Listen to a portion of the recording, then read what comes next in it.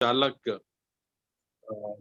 माननीय अशोक सोनवानी जी साहब से निवेदन है कि आगे की कार्रवाई को संचालित करें। बहुत बहुत धन्यवाद। और यदि जब अध्यक्ष जी जुड़ जाते हैं हमारे शेषराव भांगड़े साहब जी, तो फिर उन्हीं की अध्यक्षता में आप आज की इस वेबिनार को चलाएं। बहुत बहुत धन्यवाद। नमो बुद्धाय। जय जी, बहुत बहुत साधुवाद आदरणीय अध्यक्ष महोदय। जैसे ही धावड़े साहब हमारे बीच में आते हैं तो आज का हम अध्यक्षीय प्रबोधन उनसे लेंगे। तो आइए समय को ज्यादा विलंब न करते हुए हमारे संविधान ज्ञान चर्चा के द वन एंड ओनली हमारे असिस्टेंट प्रोफेसर माननीय आरसी धीमान साहब हमारे साथ जुड़ चुके हैं और मैं सीधा ज्यादा कुछ चर्चा न करते हुए मैं पूरे राष्ट्रीय बौद्ध महासभा की ओर से उनका हृदय से साधुवाद करते हुए स्वागत करते हुए सीधे आमंत्रित करता हूं कि आप आएं और आज के पुनः संविधान ज्ञान चर्चा के कार्यक्रम को अपने शब्दों से आगे बढ़ाएंगे। आदरणीय धीमान साहब, मोस्ट वेलकम।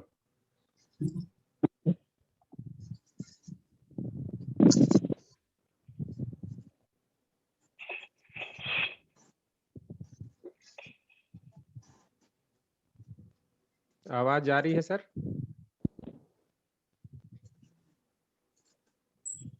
आप लोग मुझे सुन पा रहे हैं? जी। यस यस, आपकी आवाज आ रही है। स्क्रीन शेयर करता हूँ। Okay sir, continue.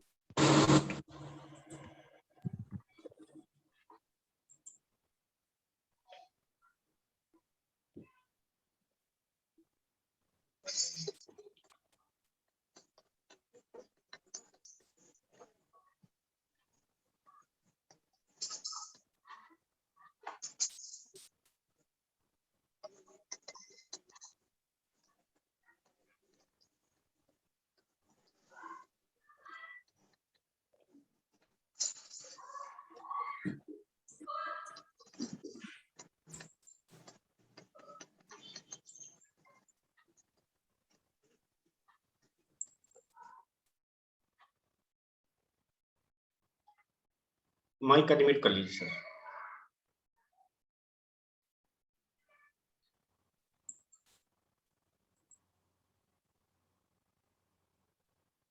Rashtriya Bauddha Mahasabha welcome you in this constitutional webinar. राष्ट्रीय बौद्ध महासभा आप सभी लोगों का इस संवैधानिक वेबिनार में स्वागत करती है।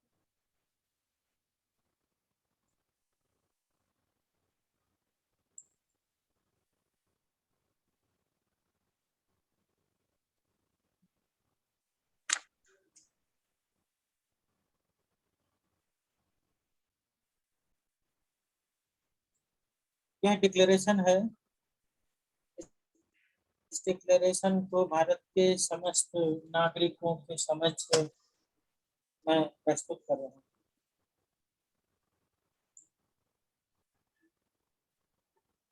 यह स्लाइड इस बात का प्रतीक है कि जो लोग ये दावा करते हैं कि हमारी संख्या बहुत ज्यादा है, तो संख्या से बहुत ज्यादा फर्क नहीं पड़ता है। इसमें योग्य व्यक्ति कितने हैं, इस तरह बहुत सारी सीढ़ियां हैं, परंतु उनका उपयोग करना लोगों को नहीं मालूम है, जिस वजह से छोटी सी जो है दीवार को पार करना मुश्किल है। तो योग्यता बहुत आवश्यक है और योग्यता के लिए संवैधानिक शिक्षा बहुत जरूरी है, क्योंकि संविधान में हमारे बहुत सारे अधिकार ही नहीं, पूरे देश को चलाने की विधि लिखी है। इसलिए भारत के संविधान का अध्ययन करना देश के प्रत्येक नागरिकों का कर्तव्य ही नहीं, अधिकार भी है।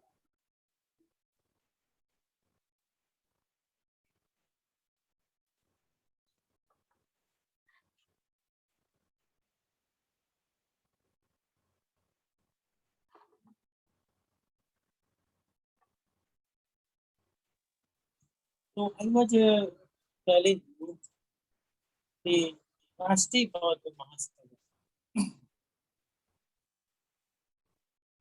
के द्वारा जो आज का वेबिनार कराया जा रहा है, इस वेबिनार की अध्यक्षता माननीय शेषराव घागड़े जी के द्वारा स्थापित है, जो कि राष्ट्रीय महासचिव प्रभारी महाराष्ट्र गुजरात। हिमांशु साहब आपके मोबाइल को चेंज आवाज कर नहीं आ लीजिए, रही? पिक्चर उल्टी आ रही है, पिक्चर उल्टी। 3 सोमवार रात 9 बजे हिमांशु साहब आपकी पिक्चर उल्टी आ रही है। क्या रही है? पिक्चर उल्टी आ रही है, सर नीचे है, पिक्चर सही कर लीजिए। उल्टी आ रही है जी जी, अब ठीक है।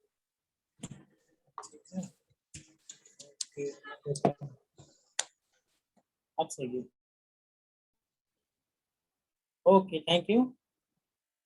तो राष्ट्रीय बौद्ध महासभा की इस संवैधानिक वेबिनार की अध्यक्षता के लिए प्रस्तावित माननीय शेषराव घागड़े जी, राष्ट्रीय महासचिव प्रभारी महाराष्ट्र गुजरात दादरा नगर हवेली दमन-दीव आरपीएम एवं संचालन कर रहे हैं माननीय अशोक सोनवानी जी, राष्ट्रीय कार्यकारिणी सदस्य राष्ट्रीय बौद्ध महासभा छत्तीसगढ़ एवं राष्ट्रीय बौद्ध महासभा के संस्थापक माननीय धर्म प्रकाश भारती जी, पूर्व एमएलसी एवं राष्ट्रीय बौद्ध महासभा के अध्यक्ष माननीय बादल सिंह बौद्ध जी, राष्ट्रीय एवं प्रांतीय स्तर के समस्त पदाधिकारीगण, जिला एवं अन्य सदस्यगण, उपासक एवं उपासिकाओं एवं भारत देश के समस्त नागरिकों,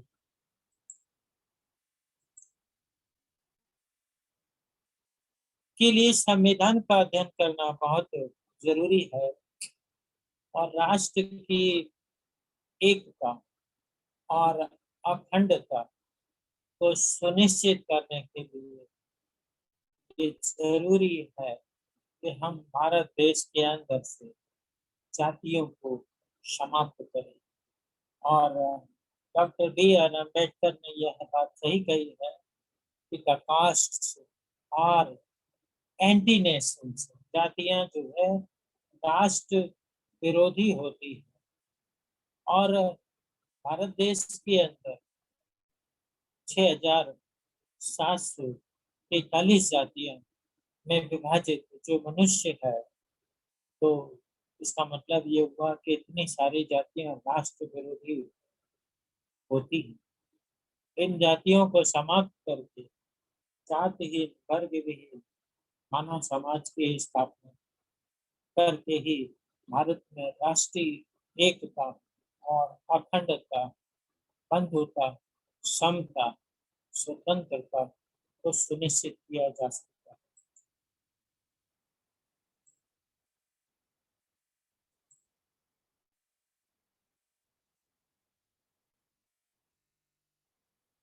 जैसा कि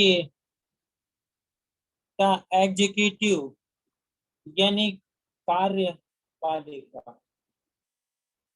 के संबंध में संवैधानिक चर्चा चल रही है और संविधान के अंदर अब अनुच्छेद 54 के ऊपर जो है वार्ता होनी है। तो अनुच्छेद 54 the election of the president के संबंध में है। The election of the president shall be elected by the members of an electoral college consisting of the elected members of both houses.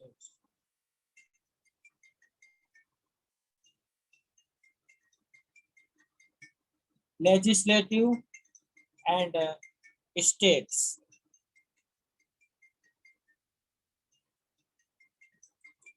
कहने का मतलब है कि जो राष्ट्रपति हैं भारत देश के वह कार्यपालिका के अध्यक्ष होते हैं।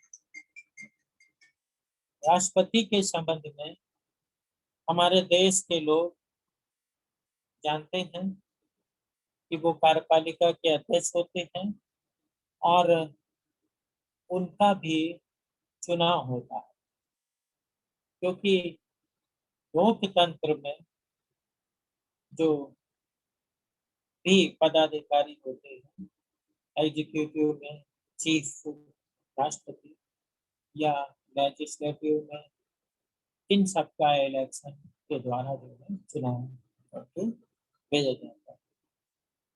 तो भारत में राष्ट्रपति के चुनाव के संबंध में पहला राष्ट्रपति भारत का जो है डॉक्टर राजेंद्र प्रसाद जी बने।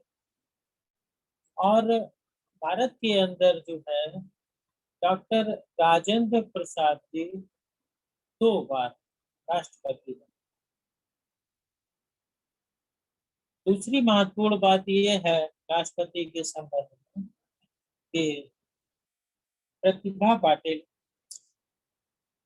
प्रथम महिला राष्ट्रपति बनी, जो कि 12वीं जो है राष्ट्रपति के रूप में भारत के अंदर जो है उन्होंने कार्य किया।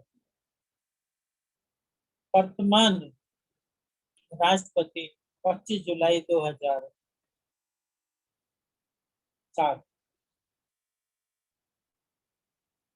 और उसके बाद माननीय रामनाथ कोविंद जी जो राष्ट्रपति इस समय हैं।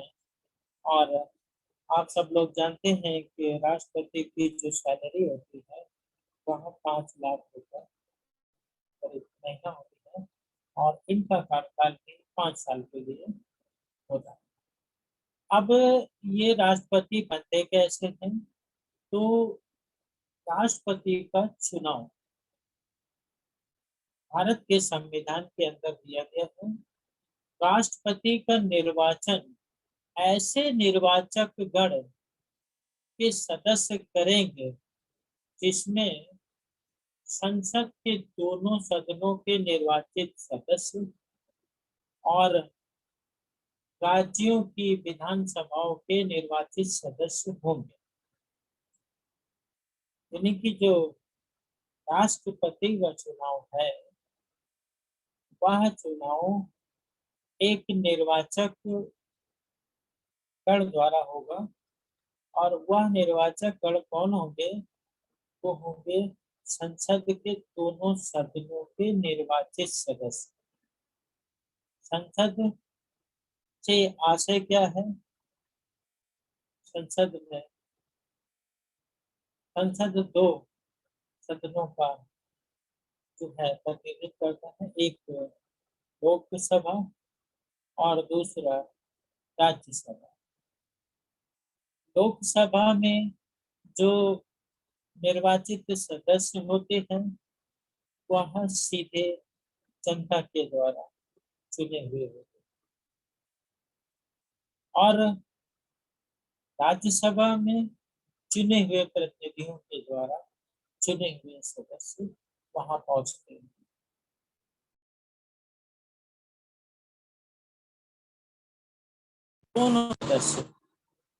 दोनों सदनों के जो निर्वाचित सदस्य हैं वो इलेक्शन में पार्टिसिपेट करते हैं और राज्यों की जो विधानसभाओं के निर्वाचित सदस्य हैं, जैसे उत्तर प्रदेश, मध्य प्रदेश, जो भारत देश के अंदर बिहार, ऐसे जो प्रदेश के अंदर विधानसभाएं हैं, उन विधानसभाओं के अंदर जो निर्वाचित सदस्य वह पार्टिसिपेट करते हैं।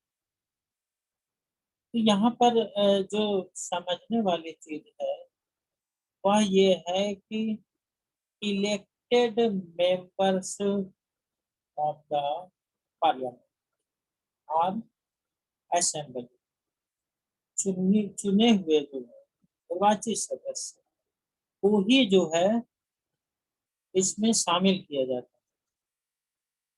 तो जो है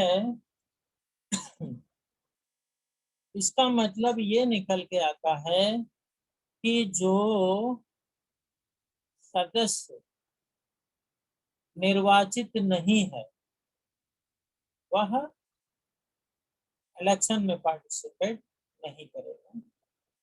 इसका मतलब नॉमिनेटेड या जो है मनोनीत सदस्य इलेक्शन में पार्टिसिपेट नहीं करेगा, चाहेगा। इलेक्टेड मेंबर की बात की गई और वह राज्यसभा और लोकसभा के हों या राज्यों की विधानसभा के हों, उनके द्वारा जो राष्ट्रपति का इलेक्शन है वो संपादित किया जाता है। अब जो है स्पष्टीकरण इसमें है कि इस अनुच्छेद और अनुच्छेद 55 में राज्य के अंतर्गत दिल्ली राष्ट्रीय राजधानी राज्य क्षेत्र और पांडिचेरी संघ राज्य क्षेत्र भी शामिल। तो ये जो है संविधान का 77वां संशोधन अधिनियम 1992 में हुआ और उसकी धारा 2 के द्वारा जो है इस बिंदु को इंसर्ट किया गया। कहने का मतलब है जो केंद्र शासित है जिसे हम लोग जो है संघ राज्य क्षेत्र कहते हैं, वह भी जो है राज्य की परिभाषा में शामिल है। जैसे कि राज्यों की विधानसभा, यहाँ पे जो राज्य शब्द इस्तेमाल किया गया है तो वह सामान्य रूप से सामान्य प्रज्ञा के व्यक्ति को यह समझ में आएगा कि एक स्टेट की विधानसभा की बात हो रही है। ठीक है, राज्य की विधानसभा की बात हो रही है। और जो है जो पांडिचेरी है या दिल्ली है वो तो संघ राज्य क्षेत्र है। तो ऐसी स्थिति में ये जो संविधान का 77वां संशोधन किया गया है उसमें जो है राज्य शब्द के अंतर्गत जो है दिल्ली राष्ट्रीय राजधानी को भी राज्य क्षेत्र और पांडिचेरी संघ को भी राज्य क्षेत्र में शामिल किया गया। इस प्रकार से राज्य की परिभाषा के अंतर्गत ये भी शामिल है।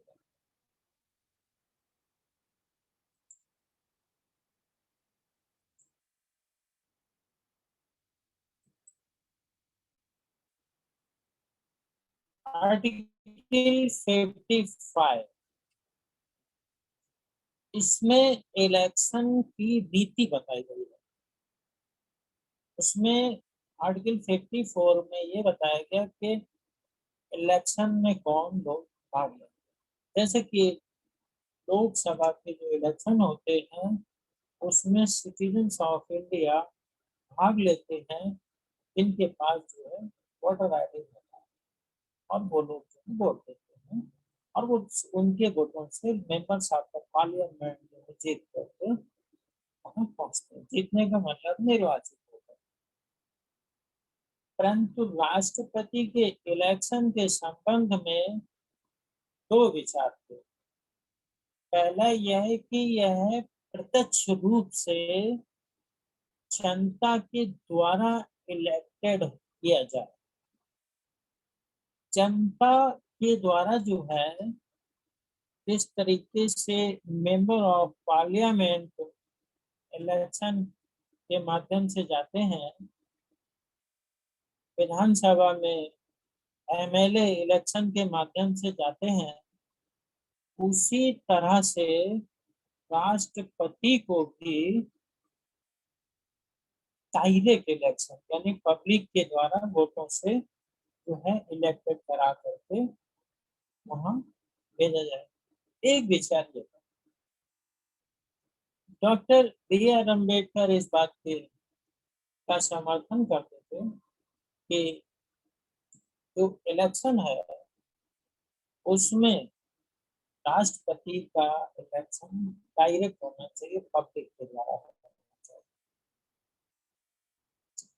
और दूसरे विचार के लोग ये कहते थे कि जो है इनडायरेक्ट होना चाहिए। इनडायरेक्ट भी इसमें इनडायरेक्ट के पीछे लॉजिक ये है कि इलेक्शन में बहुत पैसा खर्च होता है और members of the parliament direct election से पब्लिक से जो है निर्वाचित होके आते हैं और असेंबली के भी जो मेंबर्स हैं वो भी डायरेक्ट पब्लिक से इलेक्शन होके आते हैं। इसलिए इन्हीं इलेक्टेड मेंबर्स के द्वारा राष्ट्रपति का चुनाव कराना है, क्योंकि ये एमएलए और एमपी और ये जो है राज्यसभा के जो सदस्य हैं, हम परिषद के जो सदस्य हैं, ये इलेक्टेड हैं। तो खैर जो है भारत के अंदर जो है राष्ट्रपति के निर्वाचन की पद्धति है वह है इनडायरेक्ट। डायरेक्ट अब 55 में वो इनडायरेक्ट जो है इलेक्शन करने की जो पद्धति है उसमें पब्लिक का कोई विशेष रोल नहीं है। उसमें जो है मेंबर्स ऑफ द पार्लियामेंट और मेंबर्स ऑफ द असेंबली का रोल है। क्या रोल है, क्या पैमाना है, क्या तरीका है, ये जो है कैसे जो है इलेक्शन कराया जाएगा, क्या बोलते हैं राष्ट्रपति का, इस संबंध में आर्टिकल 55 में दिया गया। तो manner of election of president as far as practicable, there shall be uniformity in the scale of representation of the different states at the election of the president. Second है, for the purpose of securing such uniformity among the states inter se as well as clarity between the state as a whole and the union, the number of the votes which each elected members of the parliament and of the legislative assembly of each state is entitled to cast at such election shall be determined in the following manner. ये जो है जो हमारे जो है RBM का जो विस्तार हो रहा है और ये जो राष्ट्रीय बौद्ध महासभा है वह भारत के कोने कोने में फैल रही है। तो जो लैंग्वेज प्रॉब्लम ये है कि जो लीगल लैंग्वेज है यानी कानूनी भाषा है, ये कानून की बात हो रही है। संविधान भी एक कानून और ये सर्वोच्च कानून है। तो जो है कानून की भाषा यानी लीगल लैंग्वेज इंग्लिश ही है। इंग्लिश को ही लीगल लैंग्वेज के रूप में माना गया है और यह अंग्रेजी के माध्यम से जो है कानून का राज स्थापित किया जाता है। अंग्रेजी ही वह माध्यम है जो सेंटर में है, केंद्र में है। जैसे कि कोई भारत का संविधान पढ़ना चाहता है तो इंग्लिश में होगा और जैसे गुजरात के अंदर वह पढ़ना चाहता है तो इंग्लिश में तो है ही, इंग्लिश से गुजराती में ट्रांसलेट हो गया। उत्तर प्रदेश में अगर वह पढ़ना चाहता है तो इंग्लिश में होगा लेकिन इंग्लिश से वो हिंदी में ट्रांसलेट हो गया। और अगर जो है कर्नाटक की बात की जाए तो जो है इंग्लिश से वह कन्नड़ में ट्रांसफर हो गया और तेलुगु में ट्रांसफर हो गया, उड़िया में ट्रांसफर हो गया और पंजाब में पंजाबी में ट्रांसफर हो गया। परंतु जो सेंट्रल में है वह इंग्लिश है और इंग्लिश एक लीगल लैंग्वेज के रूप में है। तो जब आरपीएम का विस्तार हो रहा है तो बहुत सारे लोग जो ऐसा समझते हैं कि उन्हें अंग्रेजी भी में भी जो है संविधान की जानकारी होनी चाहिए। तो यह पोर्शन ऐसे साथियों के लिए दृष्टिगत रखते हुए मैंने बनाया है। तो I was telling you point number 2। अब इसको आगे बढ़ाते हैं।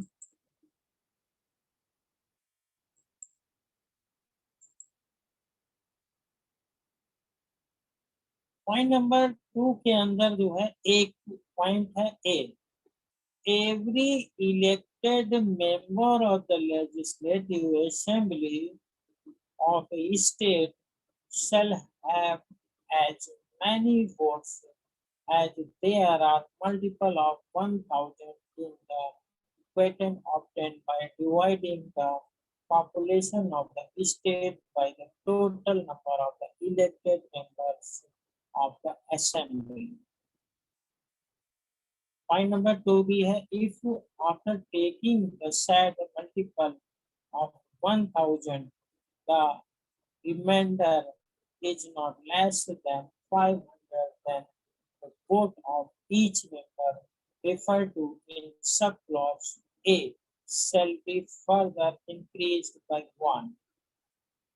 To C, each elected member of either House of the Parliament shall have such number of votes as may be obtained by dividing total number of votes assigned to the members of the legislative assemblies of the states under subclause A and B by the total number of the elected members of the both houses of Parliament fractions exceeding one of being counted as one and other factors being displaced.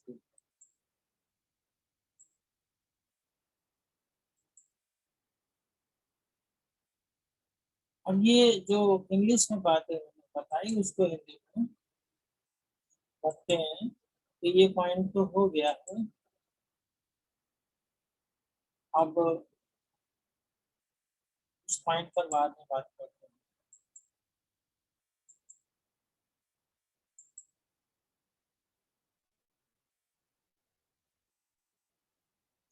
राष्ट्रपति के निर्वाचन की रीति, तो इसको जो है राष्ट्रपति का जो निर्वाचन है और उस राष्ट्रपति जो है एक बहुत महत्वपूर्ण पद है और बहुत महत्वपूर्ण व्यक्ति होते हैं। तो उनके इलेक्शन में कोई डाउट ना हो, किसी प्रकार का विवाद ना हो, किसी प्रकार से कोई अड़चन ना आए, इसलिए राष्ट्रपति के निर्वाचन की जो रीति है वह बिल्कुल स्पष्ट रूप से यहाँ पर व्यक्त कर दी गई है और इसकी कैलकुलेशन, इसकी मैथमेटिक्स जो है बोर्ड पे समझाई जा सकती है। ये पीपीटी के माध्यम से जो है जितना संभव है वो किया जाएगा। बाकी इसकी जो मैथमेटिक्स है, कैलकुलेशन है, कैसे बोर्ड काउंट होता है, ये सारा जो है एक बोर्ड के माध्यम से जो है एक पेन के माध्यम से इसको समझाया जा सकता है। तो अभी सामान्य जो है रूप से जो है हम इस पर चर्चा कर रहे हैं, बहुत गहराई से जो है इस पर जा रहे हैं। आप लोग सामान्य जानकारी हो जाए कि जो है इसका इलेक्शन जो है की रीति क्या है। जहाँ तक साध्य हो राष्ट्रपति के निर्वाचन में भिन्न भिन्न राज्यों के प्रतिनिधित्व के मापमान में एक रूपता होगी, यानी कि ये एक रूपता की बात कर रहा है। राज्यों के जितने भी प्रतिनिधित्व है उनमें एक रूपता होनी चाहिए। राज्यों में एक रूपता तथा समस्त राज्यों और संघ में समतुल्यता प्राप्त करने के लिए संसद और प्रत्येक राज्य की विधानसभा का प्रत्येक निर्वाचित सदस्य ऐसे निर्वाचन में जितने मत देने का हकदार है उनकी संख्या निम्नलिखित रीति से अवधारित की जाए। यानी जो मेंबर्स ऑफ द पार्लियामेंट हैं और जो विधानसभा के सदस्य हैं उनके जो वोट देने की रीति है वह निम्न प्रकार से है। वो क्या है?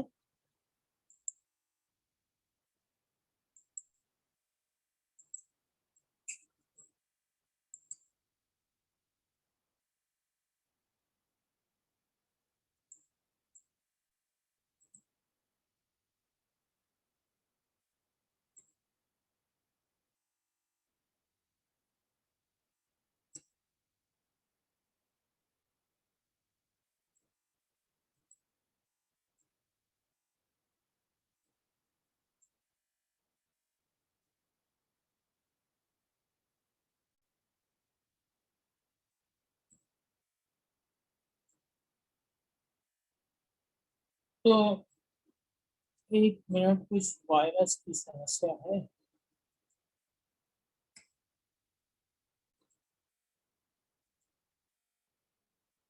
ठीक है, स्लो चल रहा है, एंटीवायरस काम नहीं कर रहा है इसमें। तो राष्ट्रपति की जो निर्वाचन की रीति है उसमें जो लोकसभा और विधानसभा के जो सदस्य हैं उनके संबंध में बताया गया है। पहला, किसी राज्य की विधानसभा के प्रत्येक निर्वाचित सदस्य के उतने मत होंगे जितने की 1000 के गुणित उस भागफल में हो जो राज्य की जनसंख्या को उस विधानसभा के निर्वाचित सदस्यों की कुल संख्या से भाग देने पर आए। ये कैलकुलेशन का मामला है, ये कैलकुलेट करके ही आपको समझाया जा सकता है। अभी सामान्य जानकारी ये मिल रही है। यदि 1000 के उक्त गुणितों को लेने के बाद शेष 500 से कम नहीं है तो उपखंड का में निर्दिष्ट प्रत्येक सदस्य के मतों की संख्या में एक और जोड़ दिया जाएगा। दूसरी बात का क्या कहता है, संसद के प्रत्येक सदन के प्रत्येक निर्वाचित सदस्य के मतों की संख्या वह होगी जो उपखंड का और का के अधीन। राज्यों की विधानसभाओं के सदस्यों के लिए नियत कुल मतों की संख्या को जो राज्यों की विधानसभाओं के सदस्यों के लिए नियत कुल मतों की संख्या को संसद के दोनों सदनों के निर्वाचित सदस्यों की कुल संख्या से भाग देने पर आए। ये कैलकुलेशन का मामला है जिसमें आधे से अधिक भिन्न को एक गिना जाएगा और अन्य भिन्नों की उपेक्षा की जाएगी। ये मेथड है और इस मेथड को मैं कोशिश करूंगा इन फ्यूचर जो है कि कैलकुलेट करके एग्जाम्पल के माध्यम से इसको समझाया जा सके। परंतु अभी हम लोग आर्टिकल वाइज जो है इसको सामान्य जानकारी के लिए इसे समझ रहे हैं। ये जो कैलकुलेशन दी गई है यह इसलिए दी गई है ताकि जो है किसी भी प्रकार का कोई भी संदेह या विवाद इलेक्शन में ना उत्पन्न। और विधानसभा और लोकसभा के जो सदस्यों के वोटों की वैल्यू है वह सुनिश्चित की जा सके और राष्ट्रपति का इलेक्शन हो सके। पॉइंट नंबर 3 इसमें है कि राष्ट्रपति का निर्वाचन अनुपातिक प्रतिनिधित्व पद्धति के अनुसार एकल संक्रमणीय मत द्वारा होगा और ऐसे निर्वाचन में मतदान गुप्त रूप से होगा। स्पष्टीकरण भी दिया गया है इसमें कि इस अनुच्छेद में जनसंख्या पद से ऐसी अंतिम पूर्ववर्ती जनगणना से अभिनिश्चित की गई जनसंख्या अभिप्रेत है जिसकी सुसंगत आंकड़े प्रकाशित हो गए हैं। क्योंकि पीछे जो शब्द इस्तेमाल किया गया है जनसंख्या, तो यहाँ पे जनसंख्या शब्द को एक्सप्लेन कर दिया गया है कि जो है अंतिम जो है जनसंख्या की गणना की गई है और वह जनसंख्या प्रकाशित कर दी गई, उसी जनसंख्या से आशय है। परंतु स्पष्टीकरण में अंतिम पूर्ववर्ती जनगणना के प्रति उसकी सुसंगत आंकड़े प्रकाशित हो गए हैं। निर्देशिका जब तक सन 2026 के पश्चात की गई पहली जनगणना के सुसंगत आंकड़े प्रकाशित नहीं हो जाते, यह अर्थ लगाया जाएगा कि वह 1970 की जनगणना के प्रति निर्देश है।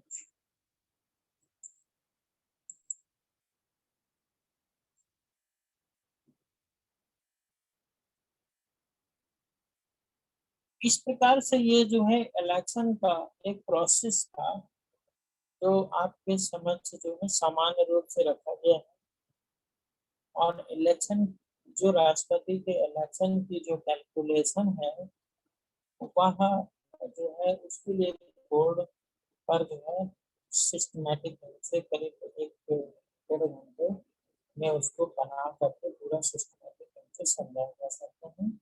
उसके लिए अलग से जो है एक अलग से जो है सिस्टम सेट करके प्रयास किया जाएगा। एक केस है B K Sardari Lal versus union of India and others on 11 December 1968।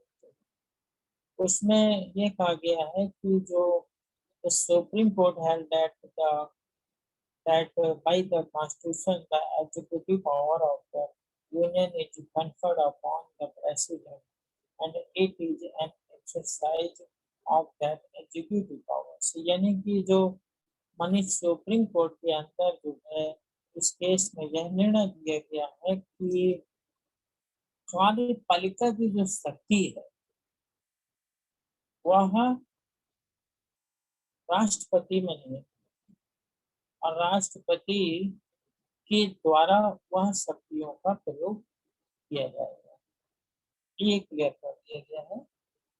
और राष्ट्रपति ही वह व्यक्ति है जो कार्यपालिका के अध्यक्ष होते हैं, सर्वोच्च होते हैं कार्यपालिका। तो ये जो है केस के माध्यम से ये डिसाइड कर दिया गया कि एग्जीक्यूटिव पावर जो है राष्ट्रपति में निहित है। और एग्जीक्यूटिव क्या है ये सब लोग जानते हैं। जो विधायिका है मेंबर ऑफ पार्लियामेंट है जो वह जो है लेजिस्लेटिव है और लेजिस्लेटिव का काम है कानून को बनाना।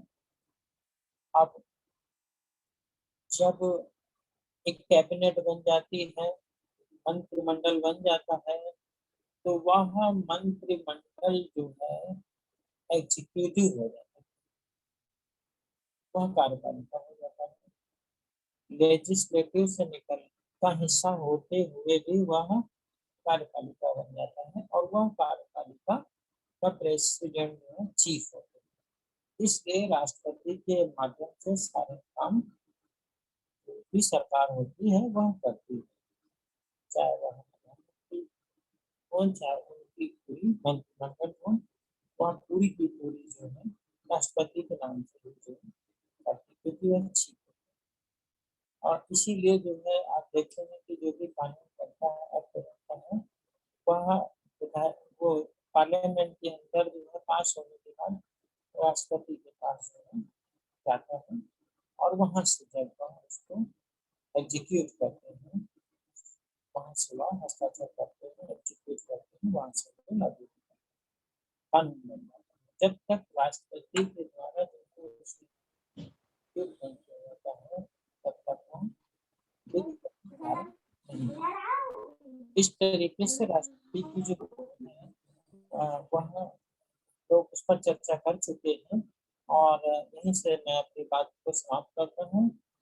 बहुत बहुत धन्यवाद। Thank you.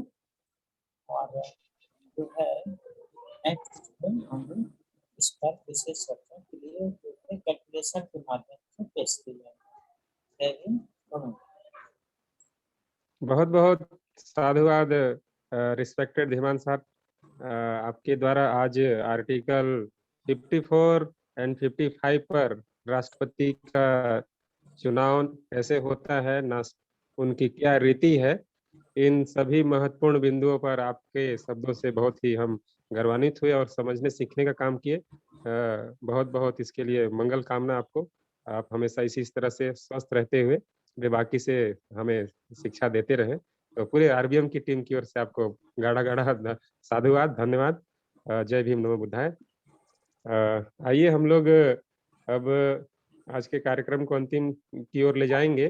तो यदि मेरी आवाज पहुंच रही हो, आज की अध्यक्षता कर रहे हमारे माननीय राष्ट्रीय महासचिव शेषराव धावड़े साहब, यदि आप आ गए हैं तो आपसे निवेदन है कि आप आज के कार्यक्रम के पश्चात आप अपना अध्यक्षीय प्रबोधन हमारे जुड़े हुए साथियों के समक्ष रखेंगे।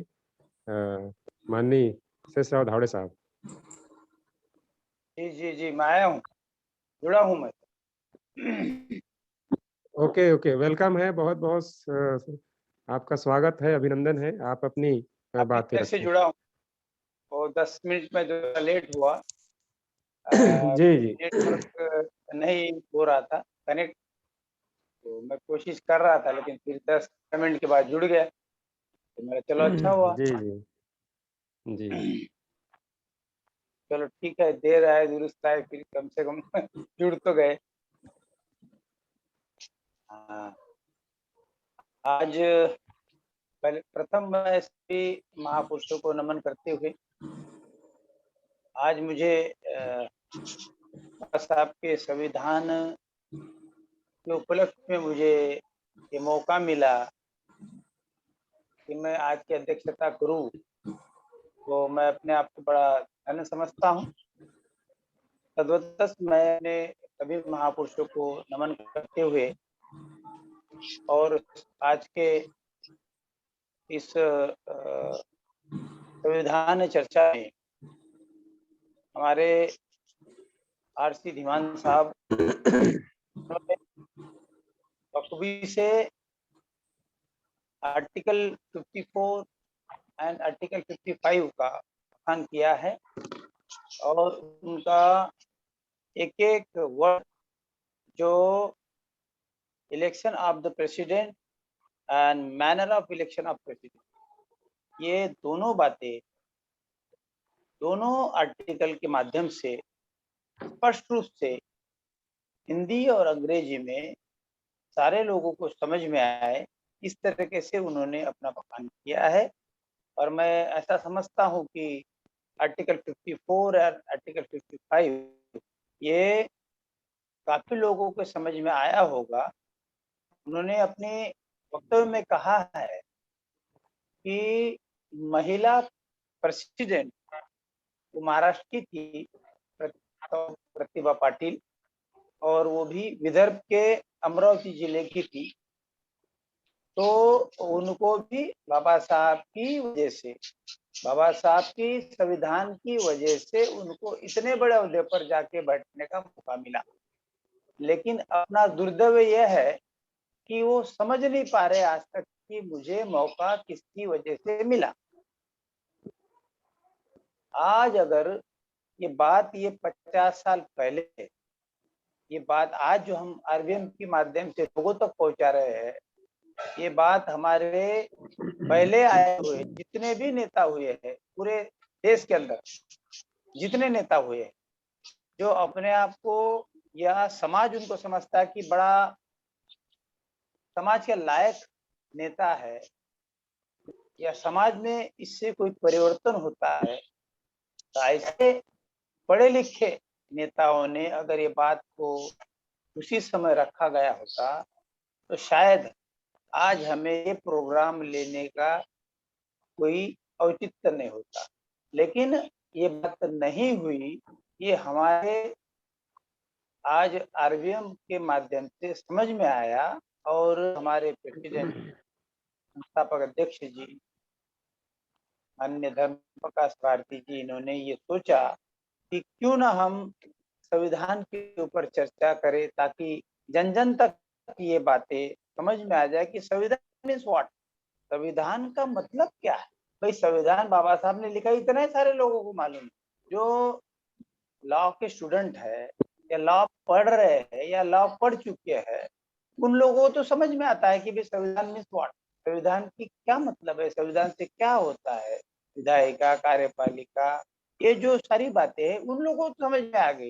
लेकिन जो सामान्य लोग हैं, जो सामान्य लोगों को जिस तरीके से समझाने का और समझने का मौका मिलना चाहिए था, वो मौका उन्हें नहीं मिला, प्राप्त नहीं हुआ, ऐसा मैं समझता हूँ। ताकि मुझे ही कांशीराम जी के साथ जुड़ते हुए 30-35 साल हो चुके, उनके साथ जुड़ने की वजह से कम इतनी तो बातें मालूम है कि संविधान का मतलब क्या है। संविधान की वजह से बाबा साहब ने हमें देश को, समाज को, सारे समाज को क्या दिया है, इतना तो समझ में आया। अगर शायद मैं कांशीराम जी के साथ नहीं जुड़ता, बाबा साहब को तो मैंने देखा नहीं, बाबा साहब के समान में हम पैदा हुए, देखा तो है नहीं, लेकिन कांशीराम जी के आने के बाद हमें ऐसा महसूस हुआ कि व्हाट इज संविधान, और संविधान का मतलब क्या हो कि संविधान की वजह से सामान्य जन जन को क्या फायदा होता है, क्या फायदा हो सकता है, और किस किस को इसका फायदा हो रहा है, ये समझ में आना उस वजह से पता चला। बाबा साहब का सही संविधान, या बाबा साहब मीन्स व्हाट, बाबा साहब मीन्स डॉक्टर B.R. अम्बेडकर बोलने से बाबा साहब नहीं होता। बाबा साहब का मतलब भी कुछ और है। जैसे कांशीराम जी बोलते थे कि बाबा साहब का मतलब, बाबा साहब को हार चढ़ाना बाबा साहब का मतलब नहीं है, बाबा साहब की पूजा करना मतलब नहीं है। तो बाबा साहब ने जो रास्ता बताया, जो वे ऑफ थिंकिंग, जिस तरीके से बाबा साहब ने बताया कि इस रास्ते पर चलने से आपका खुद का और समाज का हित किसमें है, वो हित को देखते हुए और खुद को देखते हुए समाज को आप किस तरह से फायदा पहुंचा सकते हो, ये बताया गया। ये बात हमको कांशीराम जी बोलते थे, जब जब भी महाराष्ट्र में आते थे तो इसका बखान करते थे। तो हम तब जवान थे, हमें तब समझ में नहीं आता था कि साहब क्या बोल रहे हैं। लेकिन जैसे जैसे जैसे उसके ऊपर हम चिंतन मनन करते रहे, चिंतन मनन करते रहे, तो समझ में आया कि साहब तो सही बोल रहे हैं, हम गलत रास्ते पर चल रहे थे, ऐसा लगने लगा। तो मेरे जैसे की हालत थी, पढ़े लिखे इंसान की ये हालत थी, तो सामान्य लोगों की क्या हालत होगी, इस पर से एक अंदाजा लगा सकते। तो हमारे संस्थापक अध्यक्ष जी ने ये संविधान पर चर्चा, ये विषय रखने के वजह से आज सारे राज्यों में जो भी लोग इसमें जुड़ते हैं, या हम लोग तो हर एक राज्यों को बोलते हैं कि भाई आप खुद भी जुड़िए और साथ साथ में अपने साथियों की 5-5 साथियों को भी जोड़िए। इसका कारण ये है कि पीछे कारण ये हमारी मंशा है कि ये 5-5 लोग जुड़ने से कम आपको और आपके साथ 5 लोगों को व्हाट इज संविधान, संविधान मीन्स बाबा साहब ने किताब लिखा ऐसा कोई मतलब नहीं है। वो संविधान से क्या क्या फायदे, क्या क्या नुकसान है, ये आपके समझ में आ जाएगा। इसके लिए हमने जन जन को समझने के लिए ये रखा है। तो अपने सारे राज्यों के साथियों ने, जिसको इस बारे में समझदारी आई है, समझ में आया है, इन सारे साथियों ने, पदाधिकारियों ने अपने अपने साथ कम से कम 5-5 लोगों को भी जोड़ा। तो जन जन तक संविधान का मतलब क्या है, संविधान क्या है, ये समझ में आ जाए कि हमारी जिम्मेदारी क्या है, और हमारे ऊपर अन्याय होता है उसके ऊपर कौन से आर्टिकल है, संविधान में क्या क्या लिखा हुआ है, ये सारी बातें समझ में आ जाएगी। इसलिए हमारे अध्यक्ष जी ने बताया है कि अपने साथ, हर बार बोलते हो कि अपने साथ 5-5 लोगों को जोड़िए। इसके पीछे कोई मंशा होगी कि भाई 5-5 लोग जोड़ने से एक के पीछे 5, तो 5 के पीछे 50 हो गए, एक के पीछे 5, 25 हो गए, 50 हो गए, इस तरह जो जो कारवा बढ़ेगा सारे देश में फैलेगा और सारे देश में जन जन को ये समझ में आ जाए कि बाबा साहब ने संविधान लिखने का मतलब क्या था। तो संविधान की वजह से सारे बहुजन समाज के हित की बात, देश को आगे बढ़ाने की बात, देश को जो सोने की चिड़िया बोलने की बात जो आज बोली जाती है वो उसी समय में बाबा साहब ने लिख के रखा है। तो ये बातें जन जन को समझ में आना चाहिए, ये हमारा उद्देश्य रहा है, राष्ट्रीय बौद्ध महासभा का उद्देश्य रहा है।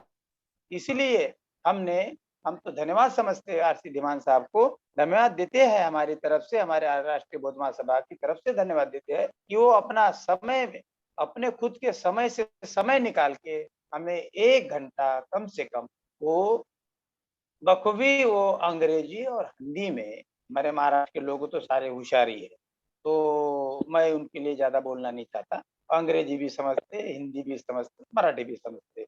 तो जो भी समझते हैं, जो समझना चाहते वो जुड़ जाते, जो समझना नहीं चाहते वो खुद ही होशियार है, समझ जाते हैं, हम लोग समझ लेते हैं। तो ठीक है, जो भी है, जितने भी जुड़ते हैं हम ऐसा समझते हैं कि वो अपने आप को समझ ले, अच्छी तरह संविधान को समझ ले, ताकि वो अपने अपने ऊपर जो भी अन्याय अत्याचार होता है या हो रहा है या होगा, तो उसके लिए एक एक कानून की बात वो समझ जाए, यही हमारी मंशा है। ताकि कम से कम पुलिस वाला कोई गलत लिख जाए या पुलिस स्टेशन का कोई थानेदार उस बात को गलत लिखता है तो आप फट से बोल सकते हो उसको कि भाई थानेदार जी ऐसा नहीं है, आर्टिकल में ऐसा लिखा है, संविधान में ऐसा है, तो आप ऐसा क्यों लिख रहे हो। ये बोलने की ताकत अपने आप में आ जाएगी। ये हमारी मंशा है, आरबीएम की मंशा है, राष्ट्रीय बौद्ध महासभा की मंशा है।